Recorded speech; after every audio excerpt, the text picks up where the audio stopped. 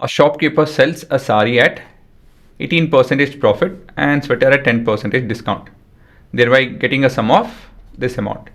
If she had sold the sari at 10% profit and 8% discount, she would have got this amount. Find the cost price of sari and the list price before the discount of the sweater. So let the cost price of the sari, cost price of the sari be rupees X. Okay, and whatever is there you just have to copy. Cost of list price of sweater is equal to rupees Y, and on to writing given. There are quite a few cases over here, actually 2 cases. Both the cases we have to make it very clear. We have 8% profit and sweater at a discount of 10%, and the amount is 1800. So selling price, or how do you put it, sum, is equal to rupees 1008, and here the profit percentage on sari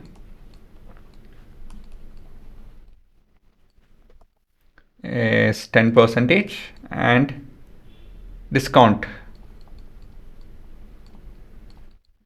percentage on sweater, I guess, yeah, sweater itself, is equal to 10%. Sorry, this is 8%. That's why it's important to write the given, to make it very clear. So case 2. So we have the sum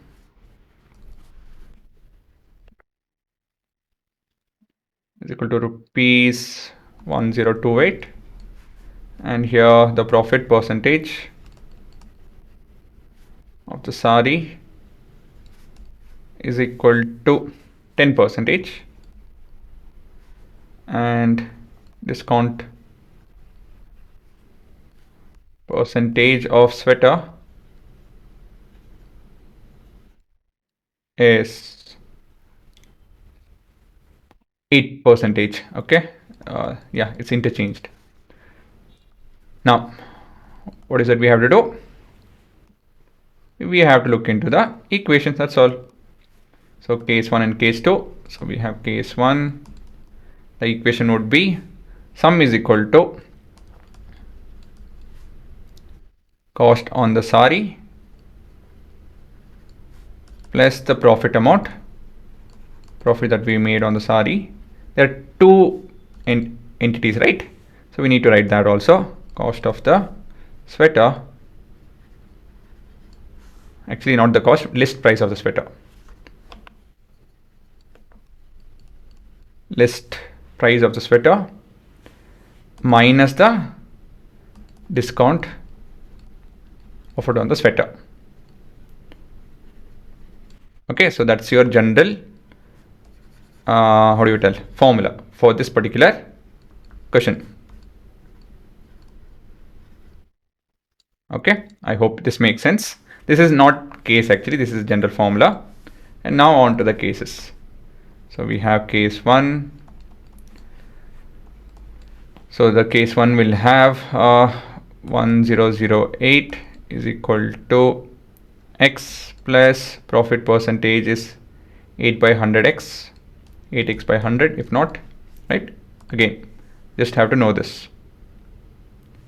So selling price is always cost plus the profit amount. See, individually you have to figure it out, there's not only one item, there are 2 items. So it's something like this, combination of this. Somewhere he's making a profit, in other case also he might be making a profit, but he's giving a discount. Okay, now this would be Y minus 10% on Y.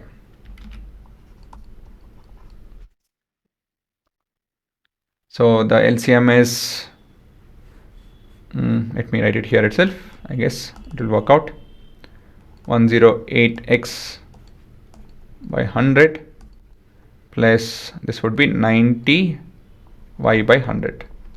And now we just have to multiply the entire equation with 100.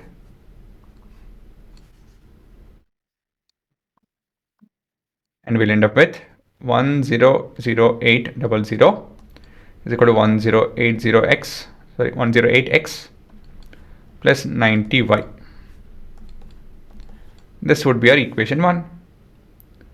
And on to equation 2 now. How do you do this? Case 2. Case 2 is what? Where is it? It's here. Sum is that. Case 2. Sum is rupees 1028 is equal to x plus, this is 10% profit, and here it is 8% discount, not loss, discount. So this would be 110x by 100 plus this would be 92y by 100. And again, if I multiply entire expression with 100, so we'll end up with 102800 is equal to 110x plus 92y.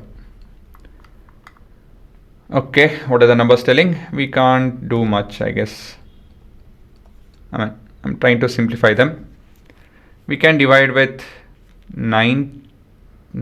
Yeah. Actually, I could have divided this with 9 and would have made it a lot simpler. Let me do that. So I'll divide this entire equation with 9.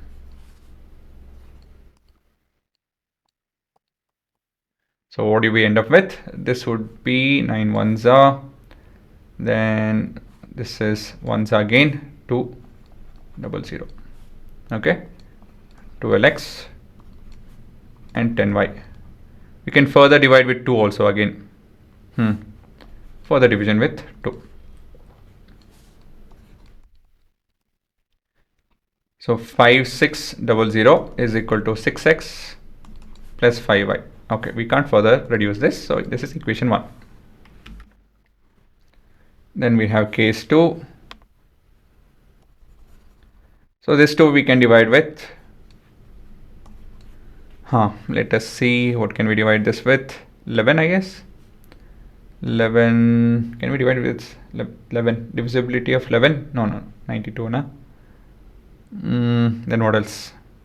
2 though we can divide, that I agree. Anything else though? 11, 10 and 5. I think only 2. It would have been easier if we had a decent number. So this is 51400 is equal to 55x plus I'm thinking, can we take anything else? 56y. No, we can't, right? Maybe I did a mistake. Generally they gave numbers which are divisible. So 10% profit and 8% discount, that is the number. So we have 10% and 8% discount here, 10% and 8. Okay, we can't do much. Right, agree? So 5 and 11 obviously they won't go. So we are stuck. And I don't have space also now. That would be our equation 2. Okay, now we have 6 and 55. LCM will be 11 into 5 into 6. Yeah? Yeah, 11 into 5 into 6. So this have to multiply with 55 and 66. They are co-prime numbers. So there's no other way. So 55 equation 1 into 55 minus equation 2 into 6. So this would be, I don't want to do this, guys. You guys do it on your own. Into 56. Oh wait, that's a big fat number. 56 into 55. 3080. 3080 is equal to then 55 is I think 330x plus, and this would be 275y. 275y. And then the next, this would be, oh, is that a big number? Okay, it's a big number. This would be 514 into 630. Okay, just 00. Do we have zeros over here? Did I miss? Yeah, 2 zeros I have to put. I forgot. Okay, now it makes sense. Is equal to, this has to be 330x. And this is 6, right? 36. 324, 27. Y. Oh, that's nice. It's okay. The numbers are okay. Minus, minus, and minus. The difference here is 400 minus 400. Oh, this equals to this side itself. Then we have this to be 0 and we have this to be minus 1y. Therefore, y is equal to 400 bucks. Okay, that sounds okay. Then we'll substitute in 1. Therefore, x is equal to 5600 minus 5 times of 400. And this entire thing is divided by 6. So this is 2000. Agree? And this is 3600 by 6. So 600 bucks. That's it. Yeah, it looked complicated over here. Even I was like, I might be going wrong. But I didn't. It didn't. The math turned out to be okay. So we have the sari and the sweater, right? The cost of the sari is, I think X is sari, rupees 600, and the cost of the sweater is rupees 400. Actually, not the cost of the sari, the list price of the list price.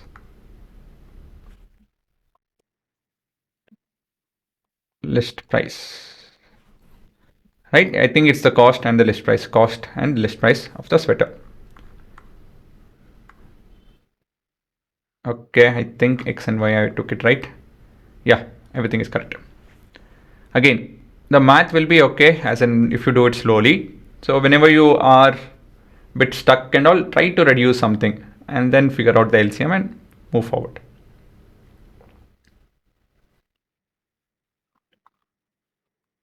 So this is where I give the star. Now simplify it as much as you can. Simplify it, reduce it. If not, you will get big fat numbers and you guys will mess it up. I see that many of my students, they love to have big fat numbers. You know, they think they're doing something. Right? That feeling is good, I guess. But again, that means that you're making it complicated. You know, don't go with that feeling that I'm doing something which is going to be correct. Big fat number does not end up with the right answer. There's a chance that you will be going wrong somewhere. Right, guys? And always use common sense. See, here I was talking about this big fat numbers, and here this was a small number and this was a big number. So I was like, this is not possible, you know. I made some mistake. There has to be 2 zeros. That's the conclusion. So every time, like even in previous question, in one of the previous question, I made a mistake. But that common sense came and like, this is not practical number. There's something that I'm doing wrong. So that intuition, or more than intuition, is that common sense. It's not intuition, it's common sense, right? That common sense should come into picture when you're doing maths. That will help. So that's how you avoid silly mistakes. Okay, so let your common sense run. Whatever doubt you have, you just clarify over there. Don't get tensed. Okay, yeah, so this would be your answer.